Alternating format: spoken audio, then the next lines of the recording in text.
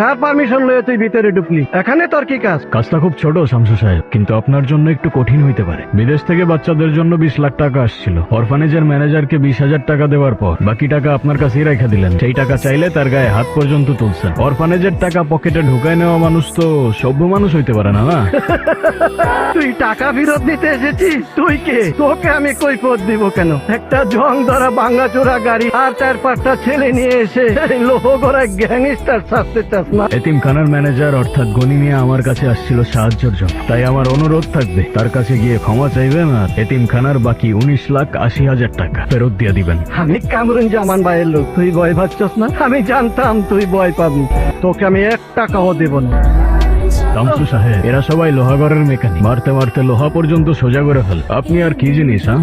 আমার অনুরোধটা হয়তো আপনি শুনতে পারেন নাই, কারণ বিনয়ের ভাষা আপনার কান পর্যন্ত পৌঁছায় না। ওই 20 লাখ টাকা 120 বাচ্চার 6 মাসের খাবার এত সহজে খেয়ে ফেলবেন? কাল সূর্য ওঠার আগে যদি বাকি টাকা গনি চাচার হাতে না পৌঁছায়, আপনার এমন ব্যবস্থা নেওয়া হবে যে আপনার কামরুজ্জামান সাহেব 4 জন্মে আপনাকে খুঁজে বের করতে পারবে না। আমার ভুল হয়ে গেছে, আমার মাফ করে দেন। আমি টাকা দিয়ে দেবো। হিমালয় হচ্ছে দেশীয় কারখানা তৈরি। এটা হচ্ছে সুইজারল্যান্ডের বাইক। ভাই শ্রমিকের কাছে অল্প একটু খায় না আম্মা। আমার আজান আসে না এখনো, আজান আসলে খাবো। মা, তো কিছুই খেলেন না, শব্দ আমার ঘরে এসে পড়ো। কেমন আছো? শরীর কেমন এখন তোমার? এই তো বাবা, এখন তুই আসছিস না, এখন আমি সুস্থ হয়ে যাব। ওষুধ খেয়েছো? ওষুধ খাওনি এখনো তুমি? আলী, তুই এখনো মাকে ওষুধ দিসনি? মানে আমি একটা দিন না থাকলেই অনিয়ম করবি? কিছু বলি না দেখি কি মাথায় উঠে গেছিস তুই? ভাইজান, আমি তো সেই কখন থেকে চেষ্টা করতেছি, আমার তো একটা নলাও নিল না। দে আমাকে, দে, আমি খেয়ে দিচ্ছি।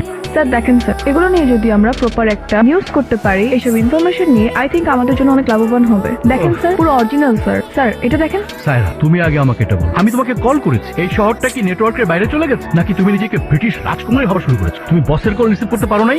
আপনি জাস্ট আমাকে একবারই কল করেছেন, আর এমন সময় কল করেছেন তখন আমার লাইফ রিস্কে ছিল স্যার। হ্যালো, আসসালামু আলাইকুম। ওয়ালাইকুম আসসালাম। আজান সাহেব, আমার নাম কামরুজ্জামান। চিনতে পেরেছেন নাকি নতুন করে পরিচয় দিতে হবে? বলুন। গ্যারেজের কাজকর্ম ফেলে আজকাল পুরো লোহাগারের দায়িত্ব নিয়েছো নাকি তুমি?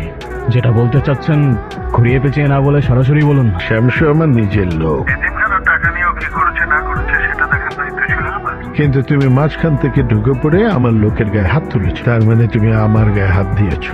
লোহাগড়ায় যেখানে কামরুজ্জামানের নাম শুনলে বাঘে মানুষে এক হাতে পানি খায়, সেখানে সামান্য একজন মেকানিক হয়ে এই দুঃসাহস তুমি দেখালে কি করে? সাহস তো আর বাজারে কিনতে পাওয়া যায় না কামরুজ্জামান সাহেব, ওটা বুকের ভেতরে নিয়ে জন্মাতে হয়। তোমার জন্য আমার লোকেরা কাজ করতে পারছে না। তুমি আমাদের সাথে হাত মিলাও, যা চাইবে তাই পাবে। কামরুজ্জামান সাহেব, স্বার্থ ছাড়া আসবেন একদিন আমার গ্যারেজ, শুধু হাত না বুকও মেলাবো। কিন্তু তার বিনিময়ে যদি সাধারণ মানুষের উপর জুলুম করার সার্টিফিকেট চান, দুঃখিত। আসুন আসুন আসুন।